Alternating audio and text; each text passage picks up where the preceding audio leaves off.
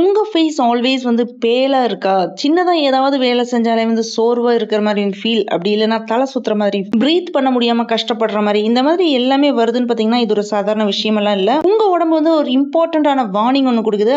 நம்ம உடம்புல வந்து ஹீமோகுளோபினோட அளவு வந்து கம்மியாயிடுச்சுனா தான் இந்த மாதிரி பிரச்சனை எல்லாமே வந்து ஸ்டார்ட் ஆகும். ஹீமோகுளோபின் தான் வந்து பிளட் மூலமா வந்து ஆக்ஸிஜன் வந்து த்ரூ அவுட் த பாடிக்கு வந்து கொண்டுட்டு போகிற இம்பார்ட்டன்ட் சப்ஸ்டன்ஸ். அதோட அளவு வந்து குறைஞ்சதுன்னா, அப்பவே நமக்கு வந்து சோர்வா இருக்கிற மாரி வந்து தோணும். வீக்னஸ், பேல் ஃபேஸ், மயக்கம் வர மாரி பிரச்சனை எல்லாமே வந்து வரும். கொஞ்சம் பேருக்கு பார்த்தீங்கன்னா, படிக்கட்டு ஏறுனாலே மூச்சு வாங்க முடியாத நிலைமைக்குமே வரலாம். மென்க்கு பார்த்தீங்கன்னா 13.8 இருந்து 17.2 வரைக்கும் ஹீமோகுளோபின் வந்து இருக்கணும். அதே மாரி வுமன்க்கு 12.1 இருந்து 15.1 வரைக்கும் ஹீமோகுளோபின் இருக்கணும் அப்படின்ட்டு வந்து டாக்டர்ஸ் வந்து சொல்றாங்க. நமக்கு வந்து ஹீமோகுளோபின் வந்து கம்மியா இருக்குது. அத வந்து எப்படி இன்கிரீஸ் பண்ணலாம் அப்படின்னு தெரியுமா? ஃபர்ஸ்ட் பார்த்தீங்கன்னா, இரும்பு சத்து அதிகமா இருக்கிற ஃபுட்ஸ வந்து டெய்லி வந்து சாப்பிடணும்.